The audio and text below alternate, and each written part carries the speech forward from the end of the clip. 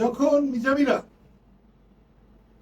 খালেদা জিয়ার চুলের মুঠি ধরে টেনে নামাবে, তখন আমরা হাজার হাজার মানুষ নিয়ে টাঙ্গাইল নিরালার মোড়ে প্রতিবাদ করেছিলাম যে একজন মুক্তিযোদ্ধার স্ত্রীকে চুলের মুঠি ধরে টেনে নামানো যায় না, একজন নারীকে তার চুলের মুঠি ধরে নামানো যায় না।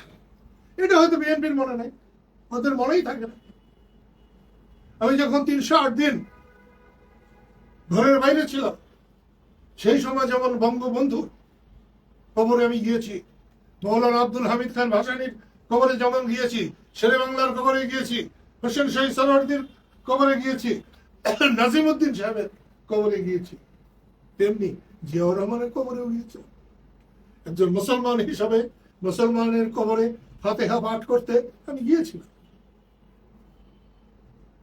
এগুলো কিন্তু বিএনপির মনে থাকে। সেদিন আমার স্বরাষ্ট্রমন্ত্রীর সাথে দেখা হচ্ছে,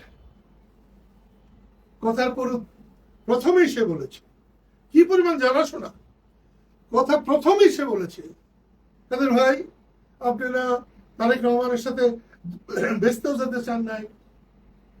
আমি বলছি, আপনি কি চিন্তা করে বলছেন না না চিন্তা না করে বলছেন? তখন বললাম, এ কথা আমি বলেছি, কিন্তু তারেক রহমানের সম্পর্কে এ কথা আমি বলেছি জামাতে ইসলাম। আবার কেউ কেউ আমাকে প্রশ্ন করেন, আপনি জামাতের ইফতারে গেলেন। আমি ইফতারে গেছি, জামাতের ইফতারে যাইনি। যদি মুসলমানের জানাজায় যেতে পারি, সেটা আমার জন্য সৌভাগ্য।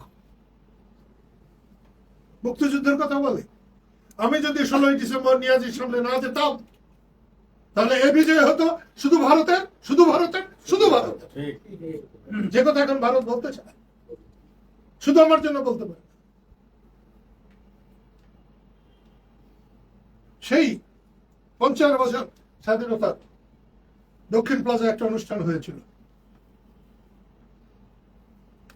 মন্ত্রীদের সাথে আমাকে সিট দিয়েছিল, এটাও দেয়। কিন্তু আমি একমাত্র, যেভাবে হই আল্লাহ আমাকে রহম করেছিলেন, আমি এসেছিলাম, সেটাকে অস্বীকার করে আজকে আওয়ামী লীগ বা মুক্তিযুদ্ধের এই দুর্দশা ঘটানো হয়েছে।